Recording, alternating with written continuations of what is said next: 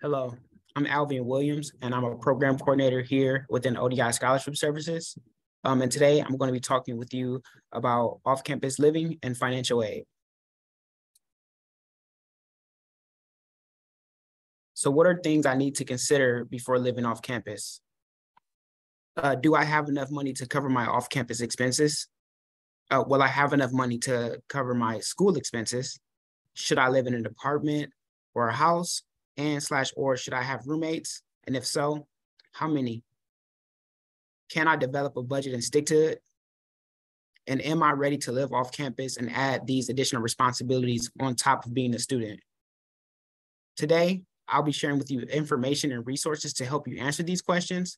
Hopefully this presentation helps to address any questions that you have, as well as helps to ease any anxieties that you have about living off campus.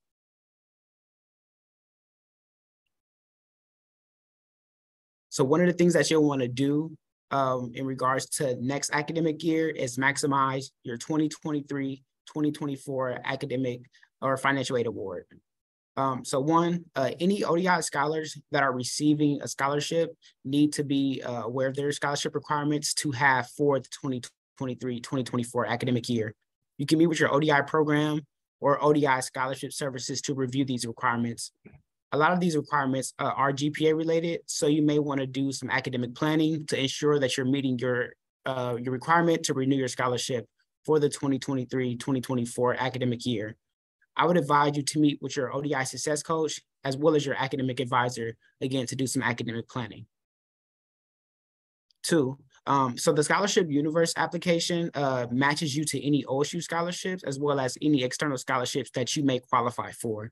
The application will ask you a lot about yourself, but it's important that you answer, a lot of these questions, because the more you answer, the more data the Scholarship Universe has about you to match you to scholarships.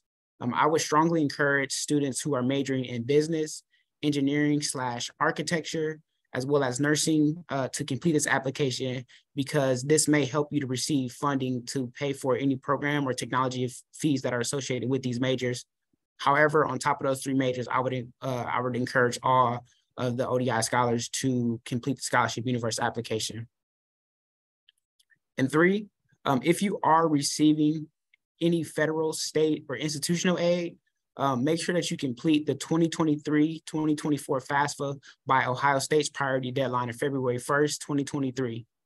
The FAFSA helps to determine if you're eligible for any federal, state, and institutional aid. If you haven't completed your FAFSA yet, please know that ODI Scholarship Services is having FAFSA workshops for ODI undergraduate students. Please check the Scholarship Services programming website for dates, as well as, you do receive emails from ODI that has information about the FAFSA workshops. Additionally, Scholarship Services is here to meet with you one-on-one to help you complete the FAFSA. And four, for those who have submitted a FAFSA, at times, the Office of Student Financial Aid will verify your FAFSA information through the financial aid verification process. Just know that everybody does not get selected for financial aid verification. However, you will know if you've been selected for verification if you receive an email.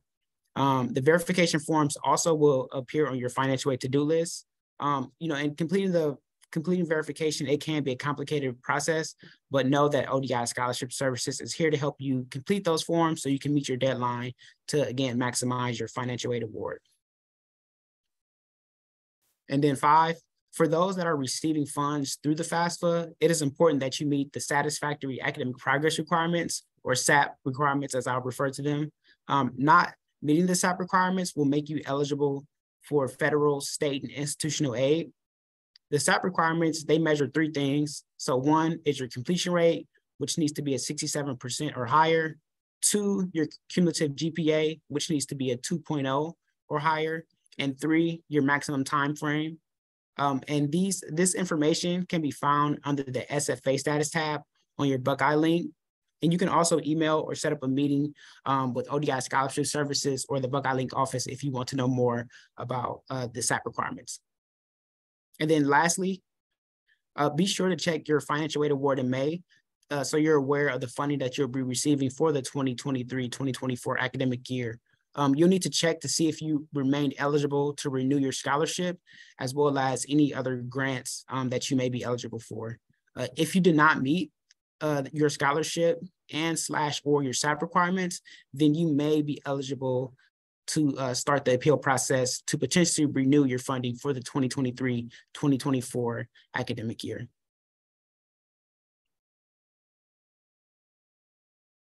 And then the cost of attendance breakdown. So cost of attendance is an estimated total of how much it will cost a student to attend Ohio State. And this is broken down into two areas. The first area is estimated direct costs. And these are things like your tuition, your room and meal plan, your Carmen books, as well as any other university fees. And then there are estimated indirect costs.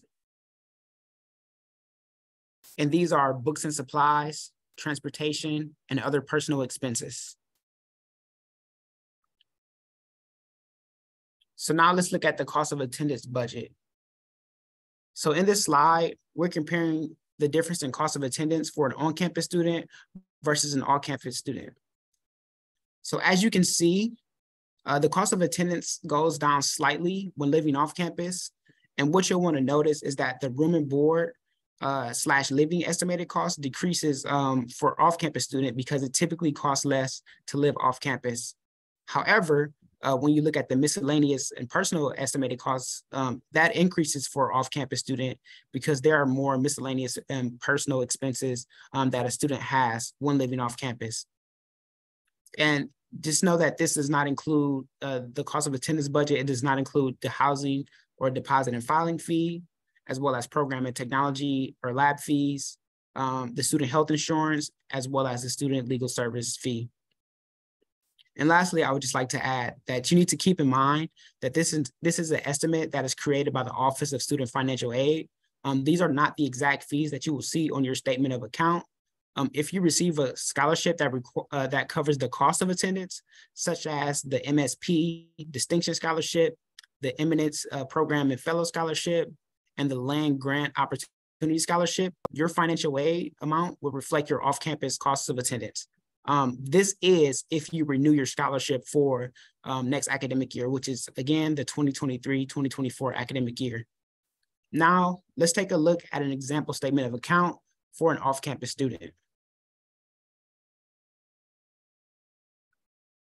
So here we have in this example, we have a student who is enrolled full-time. They're enrolled in 16 credit hours. And one of the things things to notice as you are looking at these example statement of accounts is that there is no residence hall fee, no meal plan fee.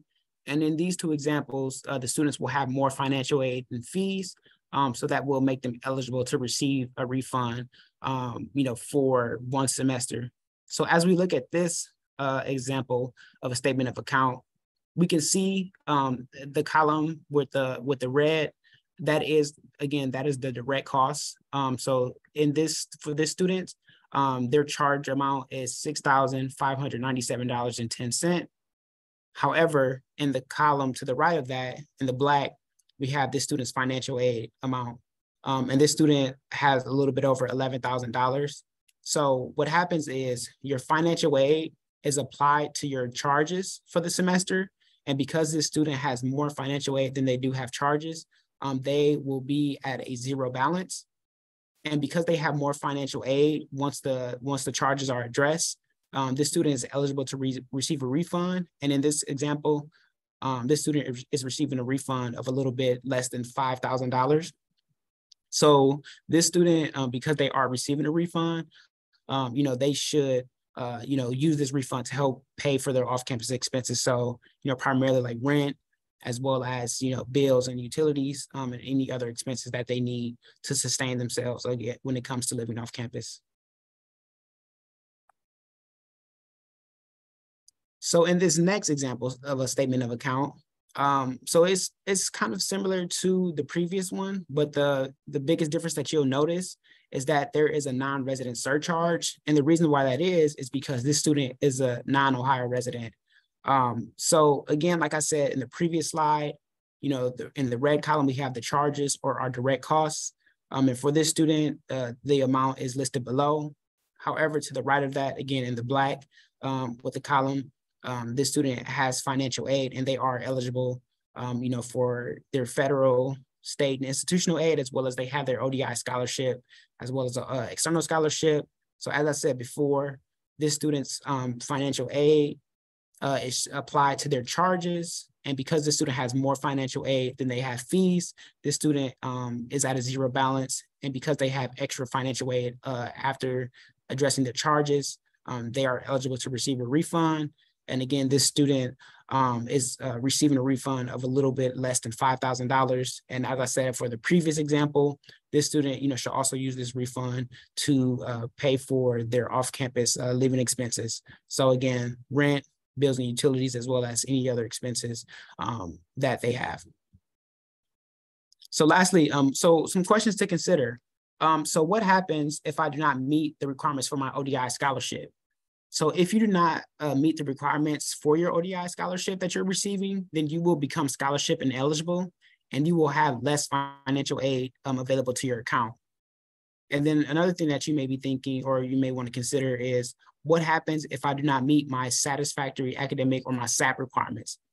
So if you receive any aid from completing the FAFSA and you are SAP ineligible, then you will not receive any funding such as the federal Pell Grant, the OCOG State of Ohio Grant, the President Affordability Grant, the Scarlet and Gray Grant, as well as any other funds that the university gives a student for completing the FAFSA. So as I said before, a few slides ago, please make sure that you are putting yourself in a position to maximize your financial aid for next academic year, and that is making sure that you meet the requirements for your ODI scholarship, as well as any funding that is related to your SAP requirements.